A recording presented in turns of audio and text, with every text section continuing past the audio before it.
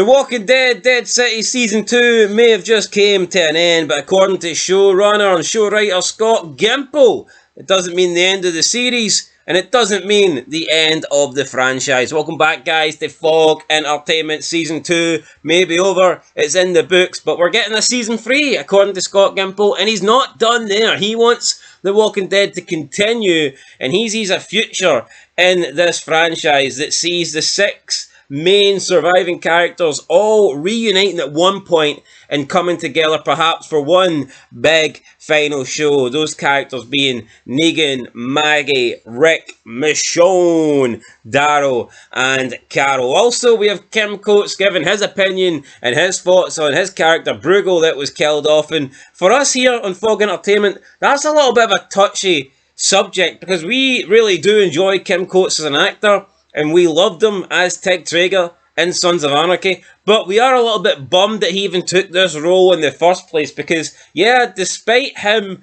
making this show a little bit easier to watch and giving us a couple of enjoyable moments, him doing this show basically meant he couldn't do Mayans MC.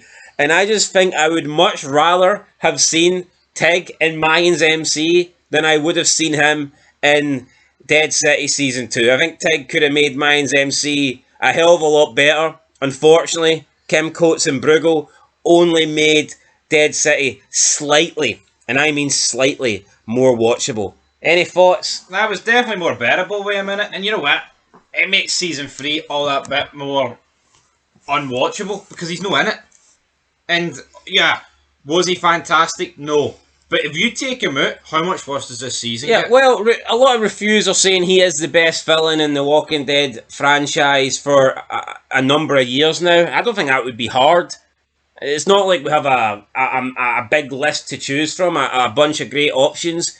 You look at Daryl Dixon, who are you going to put in there? What, Monet?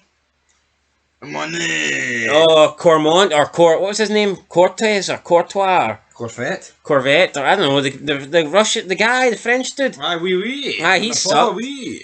Nobody interested in there. Then you look at The Walking Dead, The Ones Who Live. Nobody interested in there. It wouldn't be hard for him to be better than the Croat or the Dama. Negan. Let's go back to creation, Negan. So yeah, Kim Coates, I agree, probably the best Walking Dead villain in a number of years. Wasted though. This guy, well, I mean, I know Sons was on a lot of the Walking Dead seasons and he's doing other shit, but by God, he was wasted in Dead City, man. Just imagine how much better this could have been if he actually made his debut in The Walking Dead when the original show was in its peak. Or at least before it went to complete shit. True, but you know what, I think there's a lot of examples of The Walking Dead wasting good fucking actors, I think. And I think Kim Coates is definitely the best I can think of that has been wasted. It's like, even Simon, right? I think Simon's a good character, but I don't think they utilised him as much as they could have. Terry Crews, right? I don't think he's the greatest actor in the world, but he was Tales of the Walking Dead. Well, that's as fucking good as it gets for him. Terry fucking Crews. Yeah, I think with Simon, he definitely could have gave him a bigger role. I get it, he was Negan's number 2, but in terms of screen time, I don't think it was a massive amount that he received. Anyway, Kim Coates was speaking, and we'll wrap this up first. He was talking about his character while doing an interview with CBR. CBR says that they were very sad to see the character is no longer with us, and Kim Coates replied with, "So am I. But when we started this whole thing with Eli Yorn, the showrunner, it was always a one-season gig, right? It wasn't until episode 5 or 6 that the producers at AMC and everyone were going, wait a minute, wait a second, what are we going to do here? You can tell I had a blast. Jeffrey Dean Morgan was a pal going in, and now he's a brother saying goodbye to that show. I'll never forget it. It was just so much fun." End of quote. Then he was asked, was there a possibility to advocate for BRUEGAL to live beyond Season 2 despite signing up and knowing that he was going to be a one-season villain going into this? And he says, quote, "I never did. I never thought about it. I think I'm really good at knowing what the job is, what the gig is, and then just not being afraid to fail and go for it. I always knew, because I read all the scripts, that the 8th episode was going to be epic and sad, and yet BRUEGAL's a villain, so he's got to go. There are villains that have to go in every show that we do on television that are successes, but I do think there's been no one quite like Bruegel for a long time in the Walking Dead universe. End of quote. So, you know what? I agree. I agree that there hasn't been a villain as good as Bruegel in a long time, and that's not even necessarily because I think Bruegel was amazing. I just think you look at The Walking Dead, it's like, when was the last good character in The Walking Dead? Has there been one in the entire 3 spin-offs outside of maybe Bruegel? Has there been an exciting character? I'm gonna have to agree. I don't think there has been. I mean, I look at what Beale in The One That Lives. Good actor, very good character in Lost. I kind of liked Okafor. Yeah, But he got wiped out in the premiere. Yep. So it was a bit disappointing. It's crazy, man, to think that so many shows, so many seasons. I mean, you look back at The Walking Dead, right? I don't even know what goes on in season 10 and 11, but it looks like Commonwealth pish. Is he better than Alpha? For me, yes. I can't stand Alpha. You know what? I'll be interested to see Beta in his full glory. You know, big Opie Winston. It's just not a character I think can be good, though. Yeah, it's just a guy that wears a mask that doesn't really say anything and grunts, probably. Aye. That's not going to be better than what Tig Traeger gave us. Kim Coates. Absolutely. But yeah, he also says that he was sad to go, but he had a blast, playing Bruegel in the series, and he did say he hopes that Bruegel has a twin because he had an absolute blast playing this character. I don't think Bruegel does have a twin, but looks like we can say goodbye to Kim Coates officially in the Walking Dead franchise. Right, Scott Gimple, he was doing an interview with Screen Rant. He answered a lot of questions on The Walking Dead. He talked about how great the Dama is, and her whole fake out death was a scene that nobody seen coming. And it's like, you know what, that scene was shit. I think we were just all hoping that she was dead. I don't think we really looked into the possibility of could she survive that. I think we were just all like, oh well, there's one of the worst films we've ever seen bite the dust. I just didn't expect a 75-year-old woman to survive it. Yeah, definitely. Now, in terms of Bruegel, Scott Gimple said the following on how he was a breath of fresh air.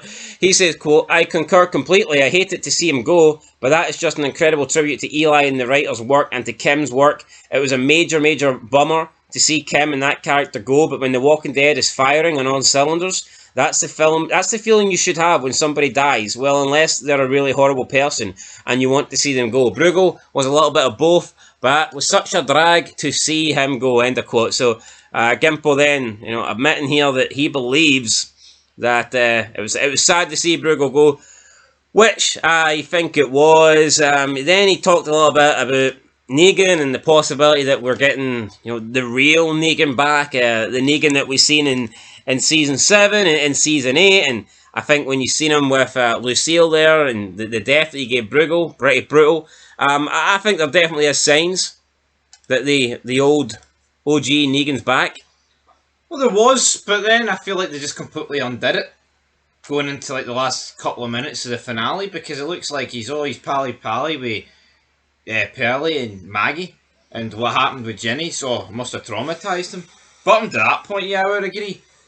But I think Negan, I just don't get it, man. We've had 2 seasons of Dead City, and the amount of times that they have pretended that Negan's back and that Maggie wants to kill him. Oh, I don't want to kill him. The amount of flip-flopping for 2 seasons, fucking ridiculous, man. Why can't they just make their bed and stay in it? Yeah, then he was asked if this was a tough season and would the next one have a little bit more space for lightness. Scott Gimple said, "No, I agree. Everything balances itself out, and certainly this has been just by virtue of the story, the nature of things that have happened, maybe one of the darker seasons. But I think that always gets balanced out in the long term. All these shows really have to shift their story from season to season. It's a little trickier with these shorter seasons because it's so short, so maybe every 2 seasons, but I think we're going to see different vibes than we saw this season," end of quote. Was it really a dark season? Do people really want a lighter feeling or a lighter vibe in season 3? And this whole logic, man, about, it was only 8 episodes. Well, hold on here. It's a fucking spin-off.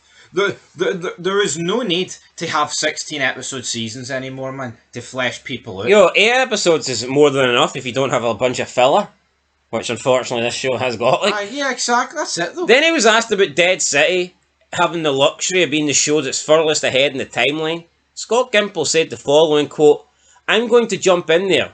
I would say talk of the timeline outside of the premise or the story unfolding on screen itself is all speculative. Is it that far ahead? Someone might say, well, look at Herschel. And I'd be like, well, look at Carl. I would say the timeline of The Walking Dead occurs in somewhat of a dreamlike space." End of quote. What a load of pish. Yeah. Now, he's on about looking at the act. It's completely different, right? See, with Carl, they can't help, right? They just cannot help that Chandler Riggs is going to grow and go through puberty and just, I mean, in the space of 6 seasons, even if you only want 2 years to advance, he's going to go from a boy to a young man. It is what it fucking is. You cannot change that. I think to compare time skips and to bring up Carl's look, do you think that's very disingenuous? No, it is disingenuous, and it's a retarded thing to say. See if they didn't want this Walking Dead City to be assumed to be 15 years later, then why not cast a younger Herschel? Yeah. But that's the problem, right? It's not just about how the actors and the actresses look. For this show, it from the get-go, they talked about it being so far into the future. And I don't like that. See the fact that this is on a different timeline from Daryl, and Daryl's on a different timeline for Rick. Do you not think it's ridiculous? Because it's like, how are they ever going to meet up then? Yeah, it doesn't make any sense to me. But yeah, for him to say it's in a dreamlike space, so basically you can just make up whatever timeline you want, which is... I like a timeline that's specific, man, and it's easy to follow. Like, but see, Rick, so many years have passed with Rick. Like, what year is Rick in? What year are they in? How many years are Daryl and Carol going to spend travelling the continent of Europe? All these shite fucking questions that I don't want answered, man. Well, the way I'd see it is... I don't even know. Is it really that bad, though? Because there's a big time skip. Is there a time skip after season 8, or is the time skip between Rick getting washed away? Because if the time skips after Rick vanishes after that explosion, then it wouldn't make any sense as to why Herschel's so much older. Wouldn't make any sense as to why Herschel's so much older than RJ. There's an 18-month time skip between season 8 and 9, and then when Rick blows up in episode 4, there's like a 9-year time skip. Well, that makes it. That looks a bit. I think that's a bit right, because I mean Herschel looks like he's got about 8-9 years on RJ. Aye, at least. Yeah. So yeah. Anyway, there you go. There's your timeline. Aye, but I would say Herschel in Dead City's about 14, correct? I'd say so. Yep. Right. So if he's 14, I'm pretty sure he's not born until the end of All Out War, or maybe he's born during that. I can't fucking recall. Right. Point is, I think he might have been born in season 8 at some point earlier on, but I don't know. The point is, though, with a 9-year time skip and an 18-month skip, that puts him at like, what, 10 and a half? So does that mean Dead City? Well, then you've got to factor in from season 9, episode 5 to the end of season 11. How many years passed from that? Yeah, but you say it's a 9-year. You said it's a 9-year skip after Rick gets washed away, but Michonne must have already been pregnant at that point, and there's no way RJ's 9. So I think they've just made it. I think the timeline's completely fucked up. You're right there, because when Rick reunites with Michonne and co, and then you've got to add in the time between seasons 10 and 11. So for me, it's like I just think the timeline's all over the place. So I mean, who knows what's happening? And finally, Screen Rant says that given the loose timeline, then are you talking about integrating any of these spin-offs? Could Maggie or Negan travel to see what Daryl and Carol are up to? And Scott Gimple said the following, quote, "I've said over and over that is my dream for many years. The plan all along in many ways has been to see these characters cross, whether it be in small ways or big ways. There have been circumstances, timing, and all sorts of things, network wishes, even that got in front of that little bit over the years. That said, these shows have been establishing themselves, and that's a great thing too. So I guess I'd say I'd love to see it. End of quote. Yeah, I don't know. I think it makes it harder for crossovers if the timeline's all messed up. To me, it makes it easier to have a crossover if the three shows are pretty much running parallel in terms of the timeline. No, totally. It's if Rick and Michonne are set in 2029, but these two in Dead City are set in 2033, but Daryl and Carl are in 2031, then it's fucked. But then at the same time, see in Dead City though, Daryl's probably already back in America, and Rick's been sitting at home, fucking looking after wee RJ and giving him Carl's hat. But that's the problem, though. The fact that you've got Daryl, right, going to Europe to try and find... Well, yeah, you didn't go to Europe to try and find Rick, but he ended up in Europe, right? It's like... And then Carol's come over to him. When Carol left, remember that thing on the radio? Oh, Rick's back. But it wasn't actually her saying it. So who fucking knows with that? And then the thing is, if they've already left... If they've ended up in Europe without knowing Rick's back... How long are they going to spend in Europe before they get back and meet up with Rick? It's all these questions that need answers. I tell you what, right? There's a lot of characters that are alive that people care about. I mean, seeing like Rick reunite with Daryl and stuff, I think that'd be good. Seeing Rick and Negan having like one final confrontation or working together against the greater enemy, I think there's interest in that. I think there's a bit of money to be made in that.